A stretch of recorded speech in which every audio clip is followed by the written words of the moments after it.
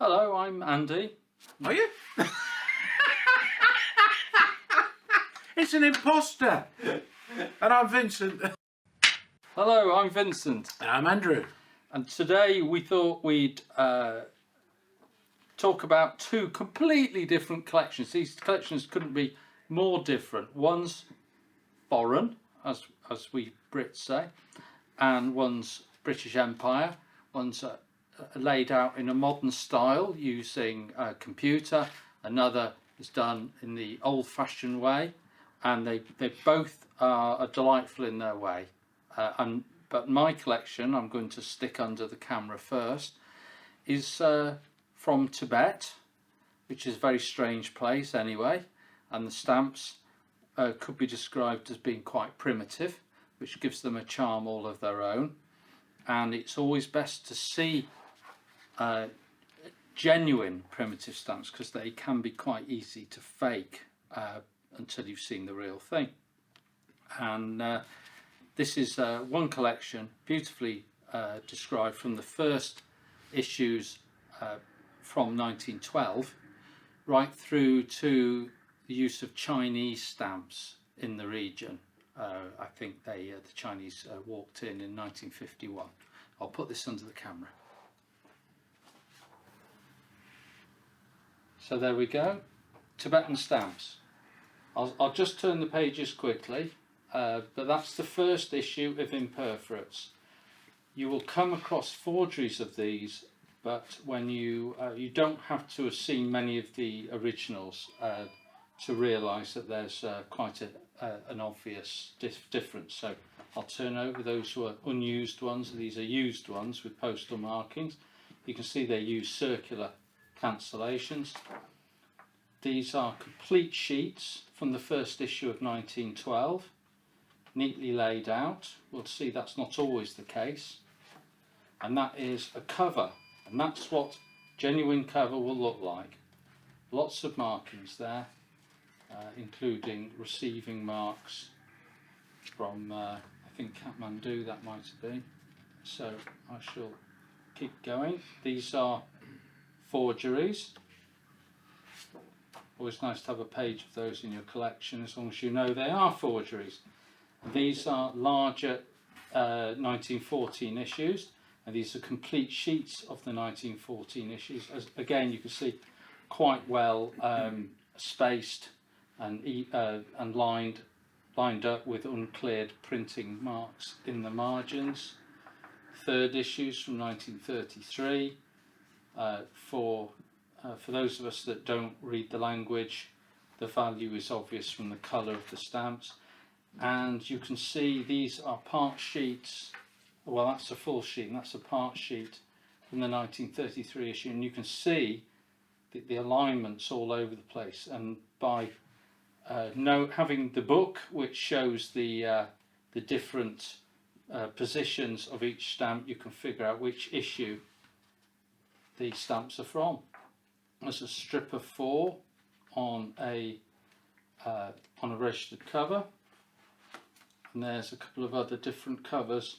Or you can see lots of nice space on the page, all the information you might need to make sense of what you're looking at, which is always very nice.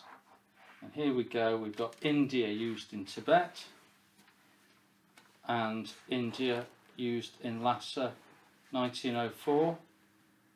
I think this was part of the young husband expedition period.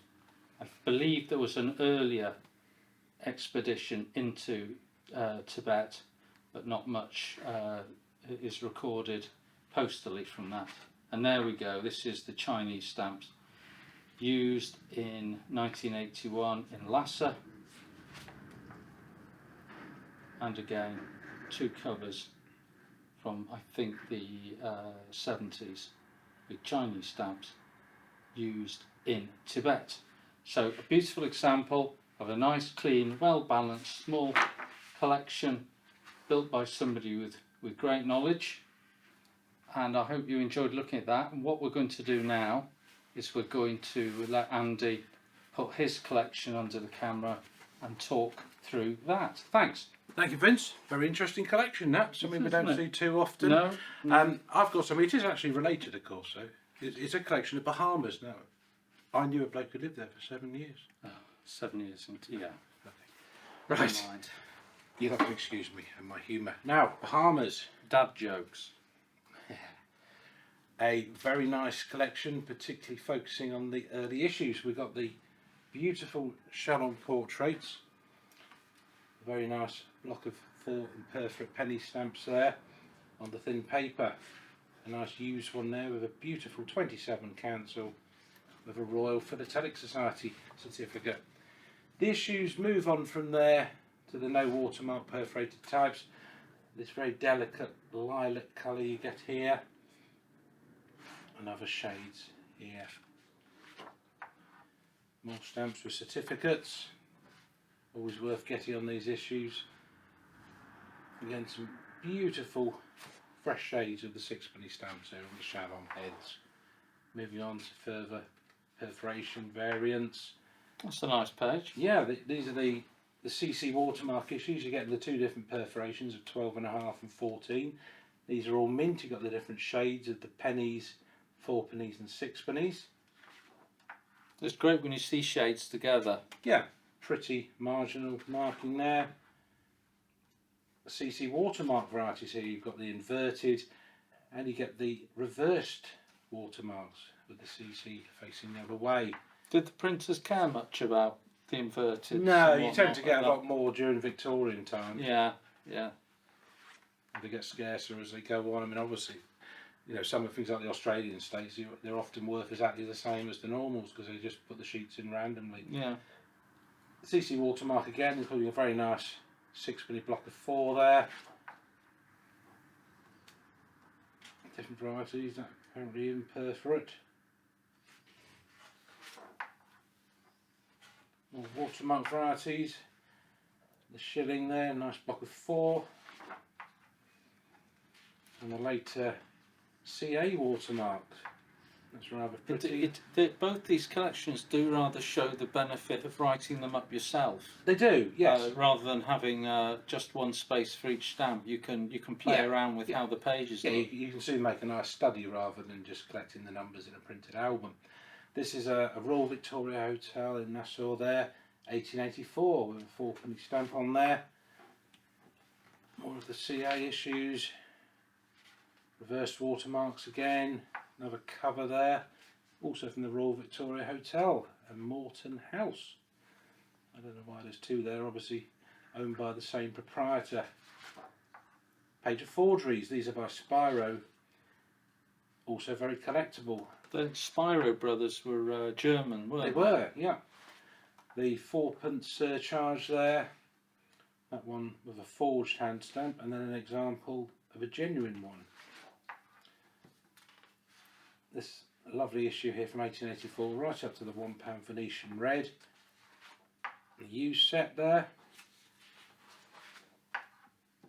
And values with specimen overprints. These are a nice local type of hand stamp, probably for UPU distribution.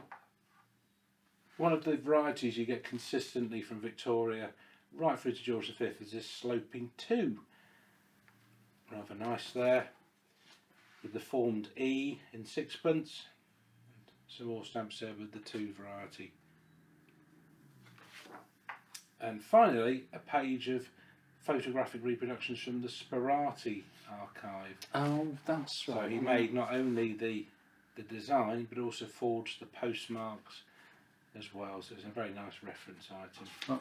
So that sort of stuff is handy. Yeah, so that concludes my collection I've That's brought right. today of Bahamas. So I suppose, apart from terrible dad jokes about 7 years in Tibet and in the Bahamas,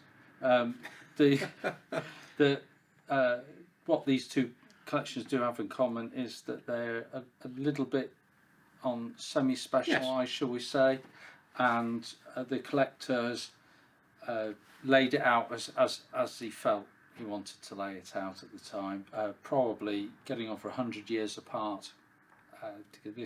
These collections are very old. Yeah. That was great to see. I'm not sure which one I prefer the most. This is sort of more exotic, maybe, but my Commonwealth lover heart still would go for this stuff. Let us know what you think In the comments below. Thanks. Thank you.